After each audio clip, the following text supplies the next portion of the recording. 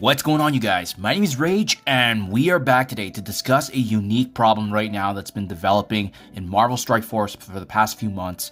And, pun intended here, but what I'm referring to is actually the uniques and the main ones that have been true in large bottlenecks as a result of many of the meta teams that have come about. I can't remember the last time we've seen so many similar characters and team synergies actually using the same uniques. And that's what we'll be discussing in terms of the focus of what you should be farming, so that way you have a reserve for this balance. Because otherwise, if you're upgrading characters too soon or trying to progress your account, you may actually be creating a bottleneck inherently in your account, and that's going to prevent you from upgrading some of these meta characters and teams where you need them to perform at higher levels. As always, you guys, if you want to stay up to date with Marvel Strike Force content and gain insight to prepare on upcoming events or news updates, please follow along, hit that like button, and give the channel a sub for future videos just like this. Now, let's get right into it here.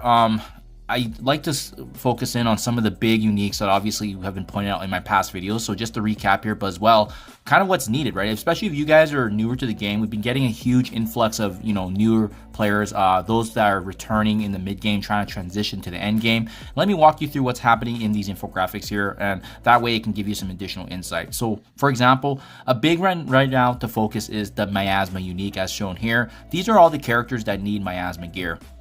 Now, what I've put here above some of these characters are the gear tier levels where they're basically mandatory. Either it's needed for some sort of legendary or mythic character unlock, or it's basically a must-have in your account in order to really elevate yourself in your account level. So you can see, for example, Deathpool has gear tier 17 above her because she's needed at the bare minimum at gear tier 17 with Miasma gear. That's because that's actually required for the unlock here of fully upgrading Apocalypse to Big Apocalypse. Gear tier 18, Robbie Reyes is basically a must-have in the game, especially the value he gives across the board, with him being part of a top 5 Secret Defenders team and actually being required in Dark Dimension going forward. So these are characters that you just need to be able to lock in and prioritize. What I do have here in the yellow boxes are characters that are strong considerations for upgrades, characters that you shouldn't prioritize just yet. Definitely not before the ones I've highlighted like Deathpool and as well as Robbie, just because we don't know how significant it is. But the reason Dr. Doom and Dormammu are highlighted is because you're going to need one of them in the Mythic section for Dark Dimension 7 eventually.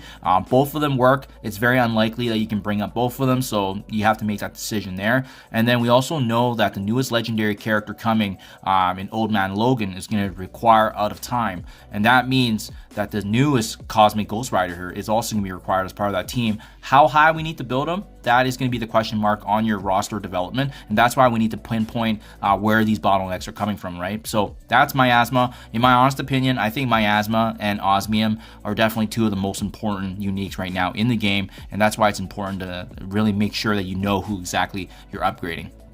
Now, Osmium gets even tighter than the Miasma gear because all these are actually expected to be already upgraded in your account. We have gear tier 18 on both Gambit and Nightcrawler.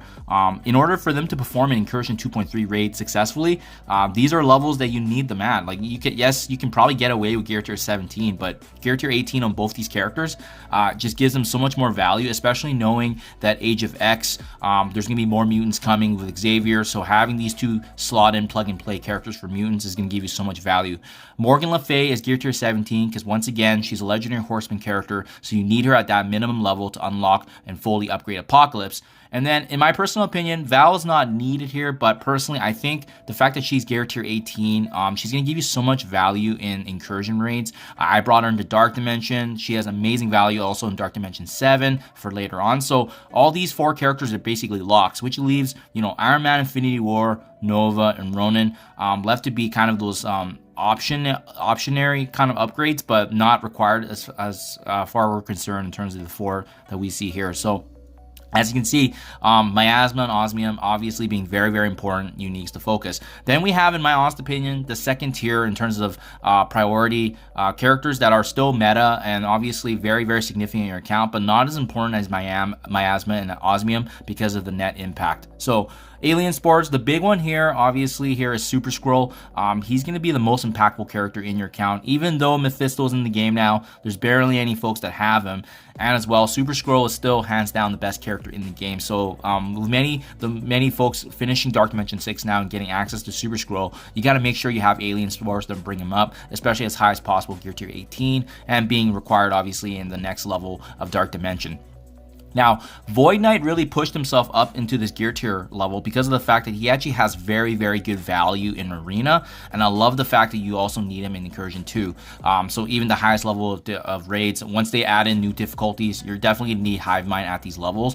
I put gear tier 17 for Carnage because I do think he's one of the characters you can skip at gear tier 18, but having him at least gear tier 17 is going to give you really good value, and you don't actually need Venom because Super Skrull can actually opt in for Venom for the battle section of Incursion. So that's a great little resource saving tip right there. And then I actually do have Ghost Spider-Gwen here circled here because of the fact that we don't know how high we're going to be needing to bring her once I start testing out the Incursion 2 rates of the skill section, once I have the full Spider Society team. But I suspect gear tier 16 or 17. But again, because that skill section is at the very end of the Incursion rates, she's not a priority right now unless you've already brought her up into Escape from Kiln.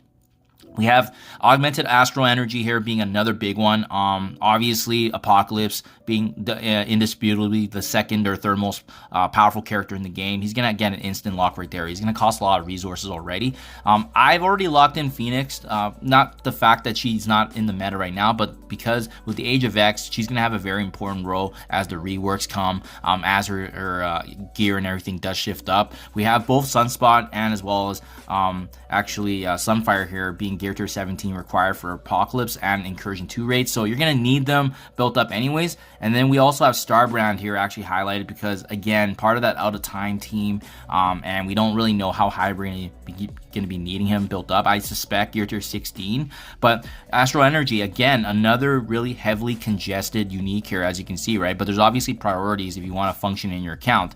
Priorities to Apocalypse, Sunspot and Sunfire, with them obviously elevating your account before you consider characters like Phoenix and Starbrand, especially since we haven't seen what the other teams are going to be like for the unlock here of Old Man Logan.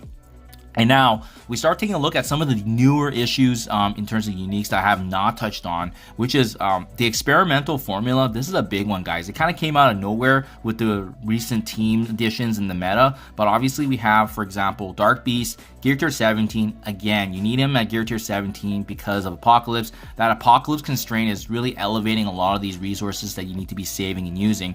And most folks are going to have Green Goblin Classic and as well as Gwenom both at these elevated levels because Green Goblin Classic playing a very pivotal role in not just a top 5 team in Superior 6, Sinister 6 Synergy, but as well Gwenom actually being needed for the Incursion 2.3 rates as well. So all these definitely need to get locked down before you start taking a look at the other characters here, which in this case is going to likely be Deadpool and Peter B. Parker.